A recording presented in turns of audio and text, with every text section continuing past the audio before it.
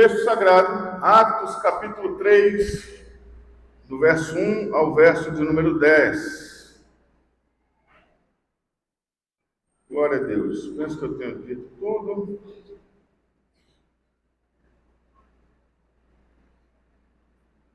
Perfeito. Atos capítulo 3, do verso 1 ao 10, e assim está escrito no texto sagrado. Pedro e João subiam ao templo para a oração da hora nona.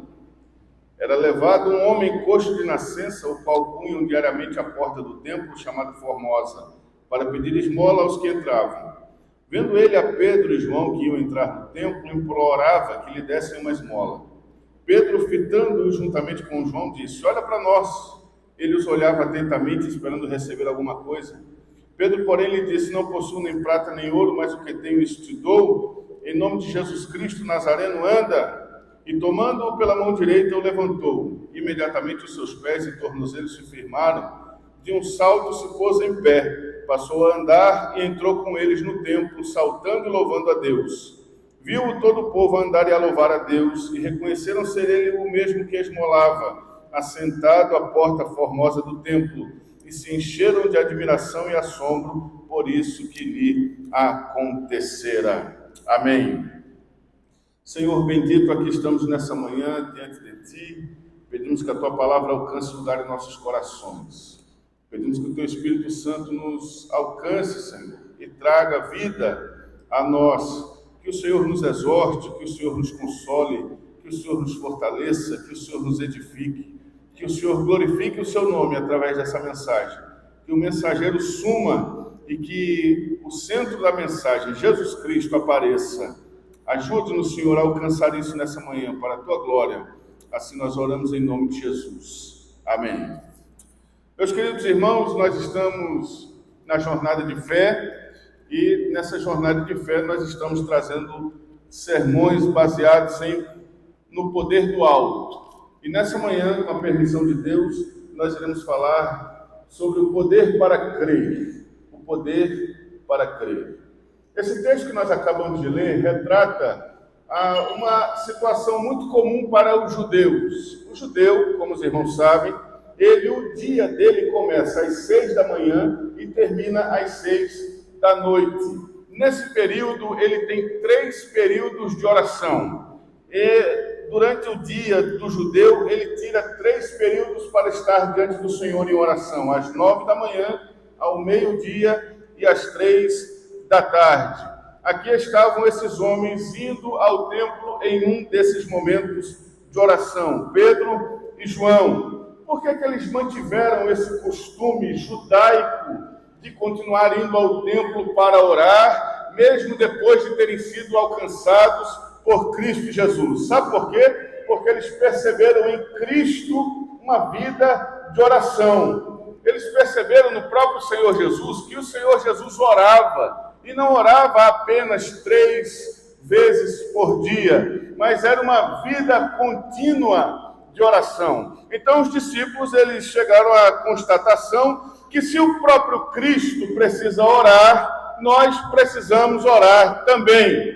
Nós precisamos também estar diante de Deus em oração. Abrindo aqui um parênteses para sugerir a leitura, uma leitura aos irmãos, existe um livro chamado Heróis da Fé, de um homem chamado Orlando Boyer. É um livro antigo, eu acredito que é publicado por uma editora chamada CPAD, mas eu acredito que também tem pela editora Betânia, e se eu não me engano por outra editora, Missão Vida, eu acho que lançou Heróis da Fé também. Heróis da Fé é um livro que fala a respeito da vida de vários homens de Deus durante a história do cristianismo. E aí fala sobre homens do Oriente, do Ocidente, de várias eras, de várias situações, mas todos esses homens têm uma coisa em comum. E esse algo em comum que todos esses homens têm é uma vida contínua de oração diante de Deus. Todos eles, em todo o tempo, em todo o livro de Heróis da Fé, eles vão ser encontrados em oração diante do Senhor. Então os discípulos, eles percebem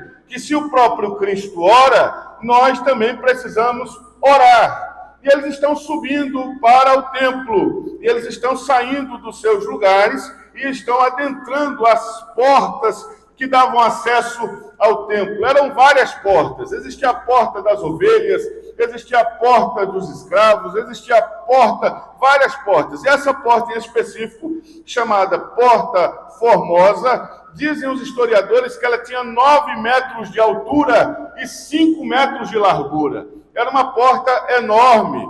E por essa porta passavam as pessoas mais importantes da sociedade de Jerusalém. Eram as pessoas mais abastadas, eram as pessoas mais ricas que passavam por aquela porta. Por isso que ela tinha esse nome da porta chamada Formosa, porque ela era toda adornada. Ela era uma porta toda cuidada, né? Geralmente eram pessoas muito ricas que doavam essas portas ao templo, como por exemplo a porta de Nicanor, que também foi doada pela família de Nicanor. Essa porta também era uma porta doada por pessoas muito importantes e proeminentes da sociedade de Jerusalém. E por ali passavam os mais abastados.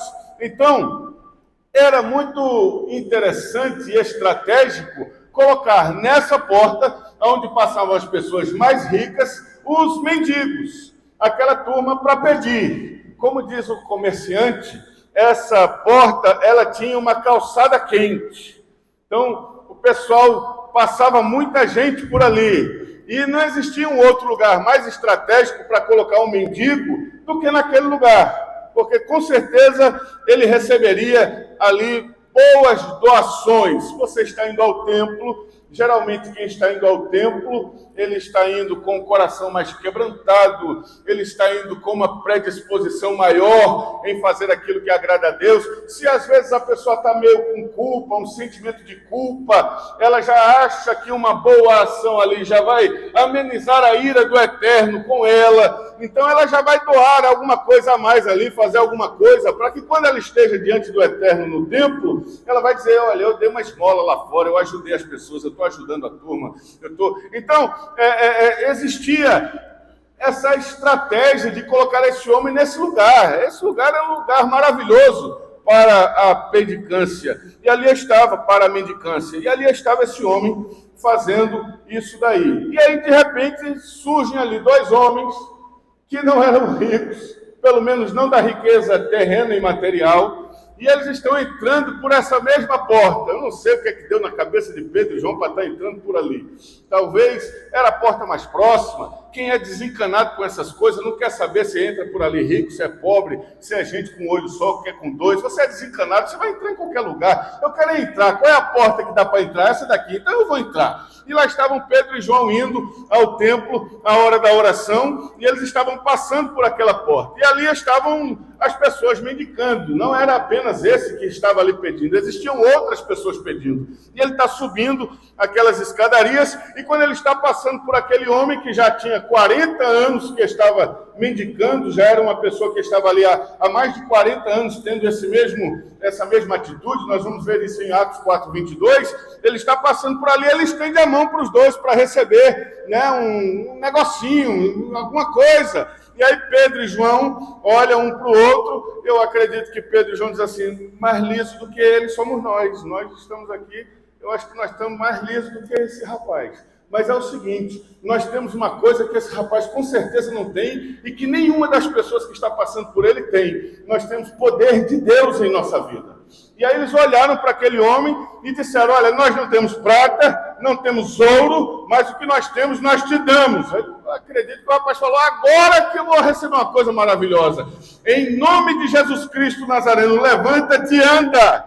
E aquele homem, pego pela mão de Pedro, porque Pedro fala para ele levantar, e vai até ele, estende a mão e coloca ele de pé. Talvez aquele homem, quando recebeu essa ordem de Pedro, ele ainda ficou meio relutante. Como assim? Como é que isso não é para mim? Levantar? Vai, rapaz, eu estou falando para você levantar.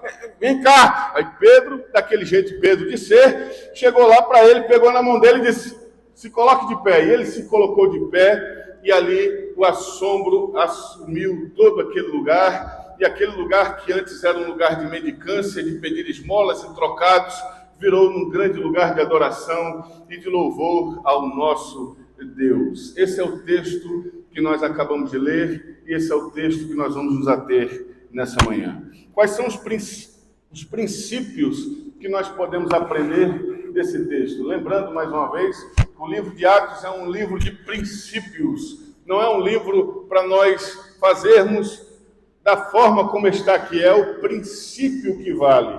Então, qual é o princípio que nós podemos aprender lendo, fazendo esta leitura do texto sagrado? Em primeiro lugar, nós estamos falando de fé para crer. E a fé para crer não é a fé do aleijado, não é a fé de quem está ali pedindo, não é a fé do necessitado. A fé para crer, que eu quero destacar aqui com os irmãos nessa manhã, é a fé de Pedro e João. Porque em nenhum momento Pedro e João perguntou para aquele homem se ele tinha fé para ser curado.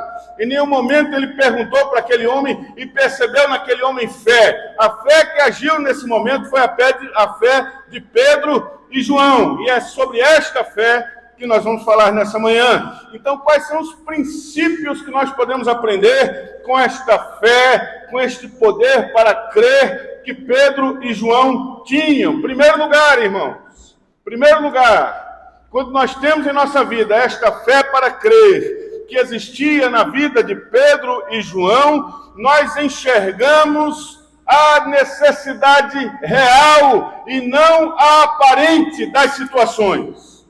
Quando nós temos esta fé para crer, nós enxergamos aonde realmente está o problema. Esses dois homens estavam indo à oração ao templo e aquele homem estende a mão pedindo uma esmola. E quando se tem fé para crer, se entende que o real problema deste homem não era dinheiro, o real problema deste homem era ser curado. Porque dinheiro qualquer um podia dar a este homem, mas a cura que ele precisava só podia ser lhe dada por Jesus Cristo, o Nazareno. Quem tem fé para crer e tem este poder dado por Deus, consegue enxergar o real problema das situações. Talvez nós estejamos vivendo problemas em nossas vidas, em nossas famílias, em nossas empresas, em nossa escola, em nossa faculdade, e nós estamos achando que determinada coisa resolve se acontecesse, e o Senhor está dizendo, você não está enxergando bem o problema. Você está querendo resolver esse problema pelo lugar errado. Você está querendo resolver esse problema da forma equivocada. Você não está enxergando aonde está a real causa desta situação em que você está vivendo. Não é colocar a culpa nos outros. Não é apontar os outros. Não é apontar o governo, não é apontar a política, não é apontar isso ou aquilo, ou a igreja, ou os pastores, ou os líderes, ou o professor, ou o patrão. O seu problema é outro e você não está enxergando. E nessa manhã, nós vamos pedir a Deus graça para que Ele nos dê poder para enxergar onde realmente está o problema. Nós aconselhamos muitos casais aqui na igreja. E a maioria deles, quando chega para conversar conosco, o problema deles não é aquele que eles apresentam no primeiro momento. Não é. Não é aquele. E aí nós vamos num trabalho de cavar para nós acharmos o real problema da situação. Nós vamos conversando, nós vamos fazendo uma introspecção, não é um retorno, não é fazer regressão não, viu? Esse negócio é do capeta. Esse negócio não, vamos voltar ao tempo, vamos voltar para o braço de mamãe, vamos voltar. O que é isso, irmão? O que é isso, irmão? Vamos voltar quando você levou um tapa de seu pai, foi ali, foi ali. Para com isso, irmão, isso é besteira. Para com esse negócio. Eu estou falando é enxergar o problema, é quando a gente vai realmente para ver o que é que está acontecendo de verdade, onde é que está a situação, onde é que está o fio, onde é que está desencapado. Aí você vai conversando, daqui a pouco o choque faz, opa, descobrimos, é aqui. O fio é aqui. E aí descobrimos onde é que está o fio desencapado. E aí a gente vai e encapa aquele fio e as coisas começam a funcionar normalmente, porque nós descobrimos aonde realmente estava o problema. Quem tem fé para crer, não fica dando esmola para quem precisa ser curado. Quem tem fé para crer, não fica dando esmola para quem vai receber isso apenas como um paliativo. Quem tem fé para crer, quem recebe esse poder de Deus para enxergar aquilo que ninguém está enxergando, ele sabe, ele terá o discernimento para saber realmente onde está o problema. E na maioria das vezes, o problema está em nós mesmos. Um bom exercício para descobrir onde é que está o problema é se olhar no espelho. E aí não se olhar no espelho para dizer assim, deixa eu ver como eu estou bonito. É se olhar no espelho para dizer assim, e aí, cabra? O que é que tu está aprontando dessa vez? O que é que tu está aprontando? Será que não está... Ariel, estou olhando Ariel no espelho. Será que não está na hora de tu baixar a bola? Será que não está na hora de você falar mais devagar com as pessoas? Será que não está na hora de você diminuir isso? Será que não está na hora de você... Será que você está passando dos limites, rapaz? Você está querendo que as pessoas façam com você o que você não faz para as pessoas. Você está querendo que o mundo rode ao seu redor. Você quer se tornar o sol. E além do sol, né? Porque agora a gente já sabe que o sol não é o centro de tudo. Ainda o sol é mais um nesse negócio todo, nesse universo todo de Deus, que a gente nem sabe. Então, você está querendo que as coisas aconteçam do jeito que você quer. E as coisas não acontecem do jeito que você quer. Meu santo, não existe isso. Das coisas acontecerem do jeito que você quer. E você está fazendo um problema enorme porque as coisas não acontecem do jeito que você quer. E as coisas não vão acontecer do jeito que você quer porque você não tem a história nas mãos. Quem tem a história nas mãos é o Eterno. E o único que pode bater no peito e dizer, vai acontecer do jeito que eu quero, é Deus. E aí a gente cria uma situação enorme, cria um problema enorme, e esse problema começa a afetar o casamento, começa a afetar os filhos, começa a afetar as finanças, começa a afetar a empresa, começa a afetar o trabalho, começa a afetar tudo, mas nasceu aonde? Nasceu aqui no coração, e é aqui que precisa ser curado.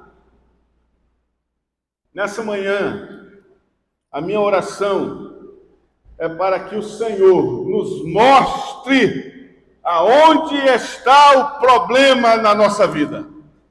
Não é aquilo que nós pensamos que precisamos. Ah, Senhor, se eu tirar na Mega Sena, Senhor. Senhor, me revela os números, Senhor. Eu darei o dízimo, Senhor. Se tu me deres mesmo, eu dou 20%. Não dou 10 não, eu dou 20%. Porque aí resolve o meu problema. Eu estou devendo um monte de coisa, resolve o meu. Resolve o problema da igreja, que eu vejo os pastores lá. Pastor Ariel já está sem cabelo. Pastor Francisco. Está só a capa do Batman. Precisamos, Senhor. Já resolve o meu, resolve o deles, resolve o de todo mundo. Resolveu. Aleluia. Louvado seja Deus. Aí, vamos dizer, supor, no livro de Heresias, capítulo 3, verso 20, que Deus responda a sua oração afirmativamente, e você receba realmente esta bolada, e aí você chega aqui e tal, e aquela coisa toda. Sabe o que é que vai acontecer? Esse dinheiro todo não vai ser bênção, vai ser maldição, e nada disso vai acontecer, não vai resolver nada na sua vida, não vai resolver o seu problema, porque o seu problema não é o dinheiro, o seu problema é outro problema que você precisa descobrir qual é. E você precisa colocar isso diante de Deus. Jesus chega na casa de Jairo, o pessoal está chorando, Jesus diz, vocês não podem chorar, não precisam chorar. Está lá em Mateus capítulo 9, verso 24. Essa menina não está morta, ela está dormindo. Maluco, chegou agora e nem sabe. Eu vi quando a menina morreu. Eu vi, não respira mais. Ela não está morta, ela está dormindo. O que é que o pessoal faz com Cristo? Dá risada dele. E aí o pessoal ri, ele diz assim, sai todo mundo daqui, os murmuradores, sai todo mundo daqui, sai essa turma daqui. Sai, tira todo mundo do quarto. Fica só quem realmente está esperando alguma coisa acontecer aqui. Sai o resto, sai tudo. E sai a turma toda do quarto, ele olha para a menina e diz, menina, levanta-te. E a menina levanta e ele entrega a menina à sua mãe. Nós precisamos ter discernimento da parte de Deus para descobrir onde está o real problema na nossa vida. Este homem, com mais de 40 anos de vida, estava ali à porta daquele templo chamado Formosa, a porta do templo. A porta do templo, o templo de Salomão, onde os sacerdotes não conseguiram se colocar em pé, tamanha era a glória de Deus quando ele fora consagrado, o templo de Deus, que onde estava o Santo dos Santos, o Santíssimo Lugar, o templo de Deus, onde estavam os consagrados, os homens de Deus que estavam ali para servir ao Senhor. Este paralítico, ele coloca o seu coração e receberá esmolas, mas não se levanta para entrar no templo e para receber no templo aquilo que realmente era a sua necessidade. Nós muitas vezes nos contentamos em ficar esmolando, recebendo esmolas, quando Deus está nos chamando para deixar de sermos mendigos, mendicantes e recebermos realmente a bênção que nós estamos precisando receber. Pare de viver de esmolas. Pare de viver de esmolas. É hora de levantar-se desse lugar. É hora de se levantar daí e entrar no templo. É hora de receber de Deus aquilo que você realmente precisa. É hora de ter a sua vida impactada pelo Eterno e haver uma mudança radical na sua existência. É hora de deixar de estar sentado com a mão levantada para receber o que é material, para estar em pé, com as mãos erguidas, para receber aquilo que é eterno, aquilo que vem do Senhor para nós.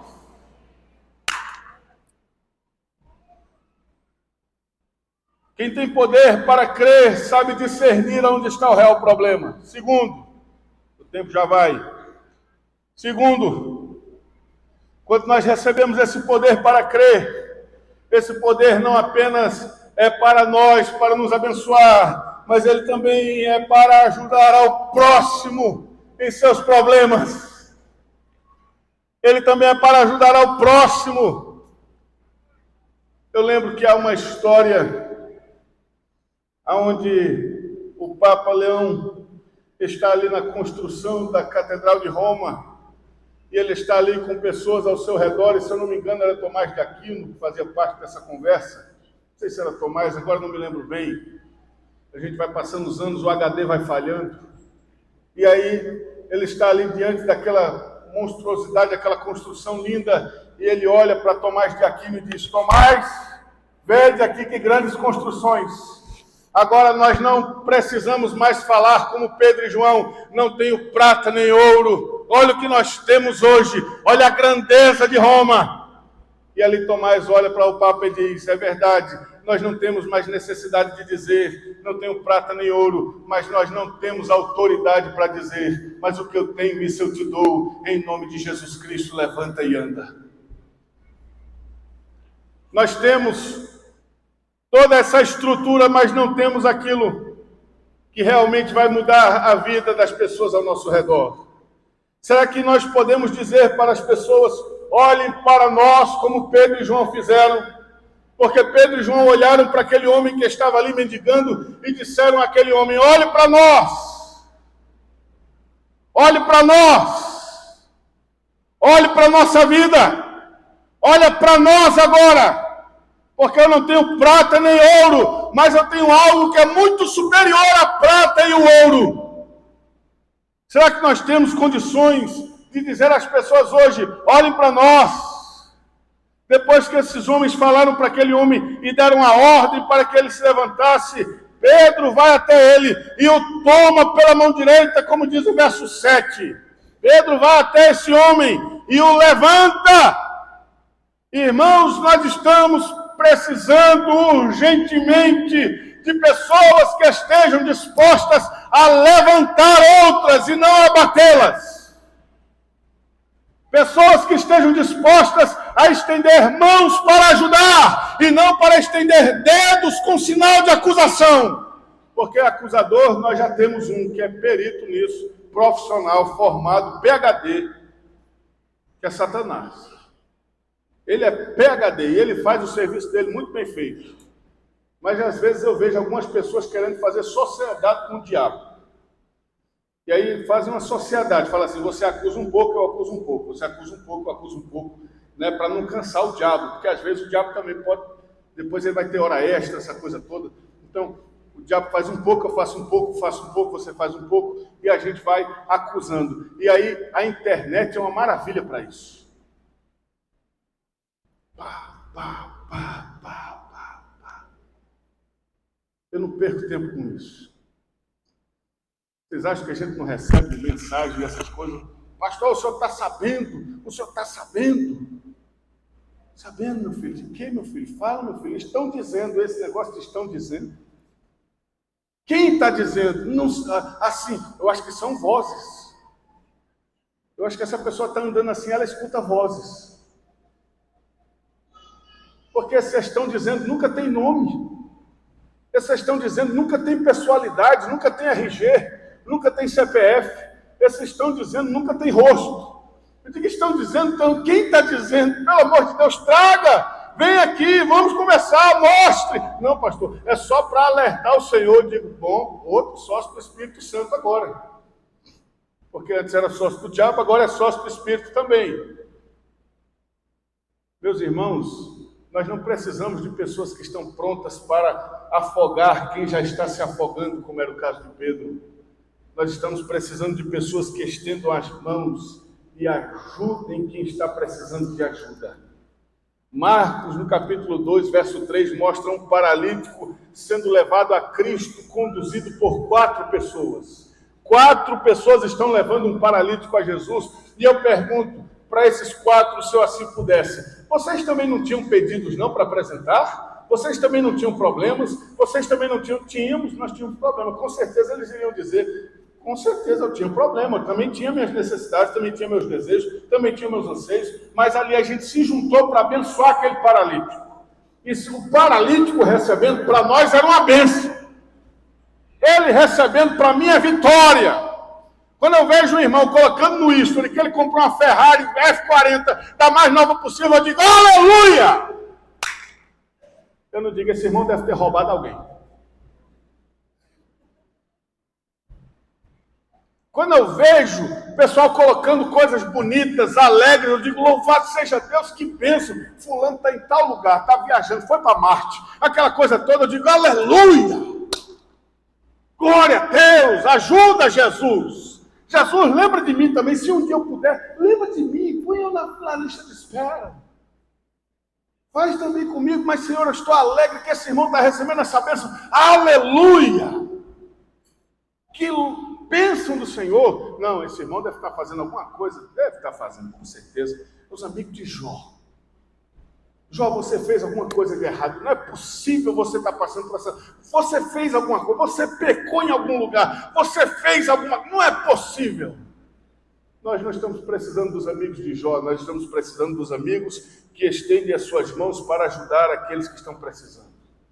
Aqueles que estão juntos, aqueles que estão próximos, aqueles que se preocupam, aqueles que estão realmente olhando a vida uns dos outros para ajudar, não é para apontar, não é para julgar, é para perceber se aquele irmão está na igreja, se ele não está na igreja. Ontem mesmo eu estava ali, aqui na frente, e aí o irmão falou, pastor fulano de tal, a gente nunca mais viu ele na igreja e tal. Eu falei, é verdade, me passa o WhatsApp dele que eu não tenho. Ele me passou na hora, meu filho, onde é que você está? Eu não estou vendo você na igreja, como é que está acontecendo isso daí? O que é que está acontecendo? Você está precisando de ajuda? O que é que está acontecendo? É o quê? Quebrou o carro? O que foi que houve? A casa pegou fogo? Ele, pastor, ele me mandou na hora um áudio, pelo amor de Deus, pastor. É que eu estou viajando. Mas quando voltar, vem para casa, que a gente está com saudade de você. Pronto.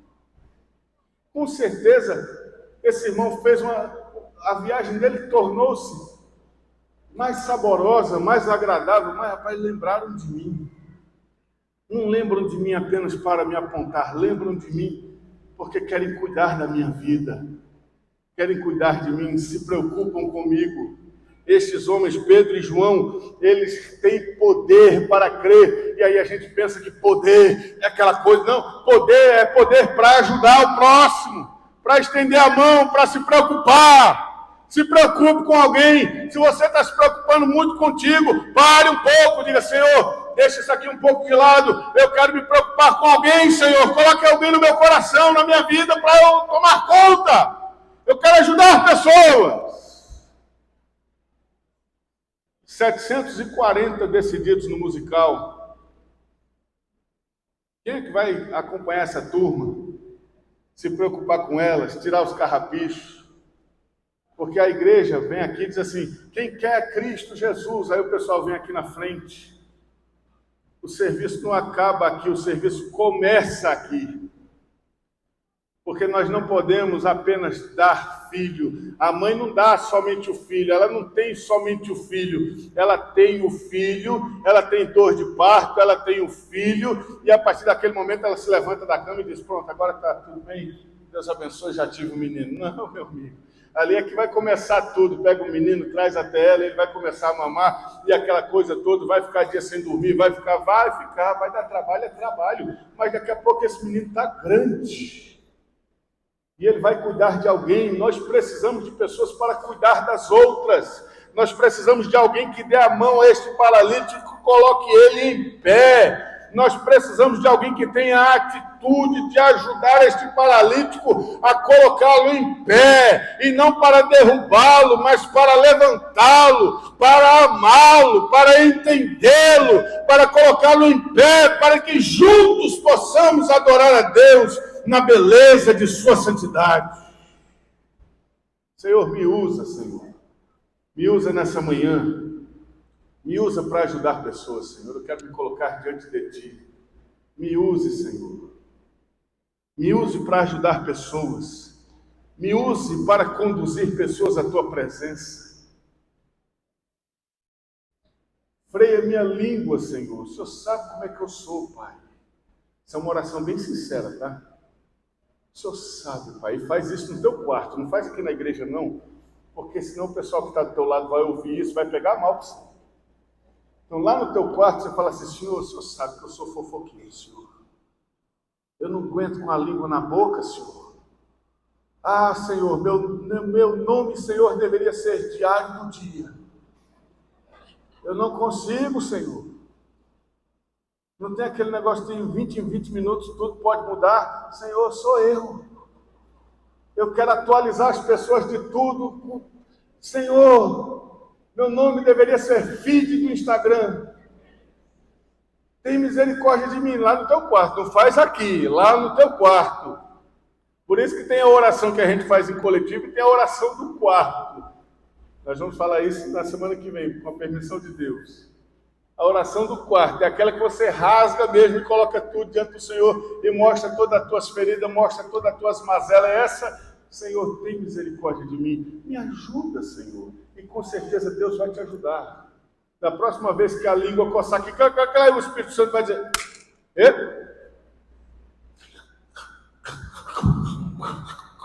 engole. Com veneno junto. E agora da tua boca não sai mais água salgada, só sai água doce. E aí você só abençoa. A vontade é... Deus abençoe. Você viu fulano? Vamos orar. E aí... vai quebrando essa miséria. Vai quebrando isso no nosso meio, não. Aqui não, neste arraial não. Aqui um está dado de mãos dadas com o outro para juntos chegarmos a Jerusalém Celestial. Aleluia! Nós não vamos dar tiro nas costas aqui. Não vai ter fogo amigo. Aqui é um dado de mão com o outro, indo em direção aos céus, para a glória de Deus. E em último lugar... não quero atrapalhar a escola bíblica. Pode vir uma melodia para cá já. Quando nós recebemos poder para crer, este lugar que antes era um lugar só de tristeza, e de mendicância passa a ser um lugar de alegria e de ações de graças.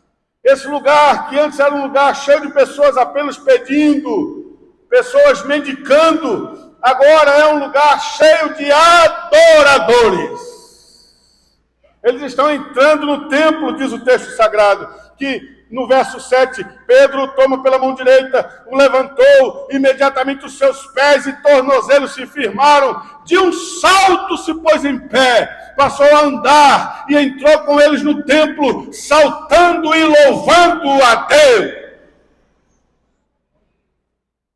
Viu todo o povo andar e louvar a Deus, e reconheceram ser ele o mesmo que esmolava, assentado à porta formosa do templo, e se encheram de admiração e assombro por isso que lhe acontecera.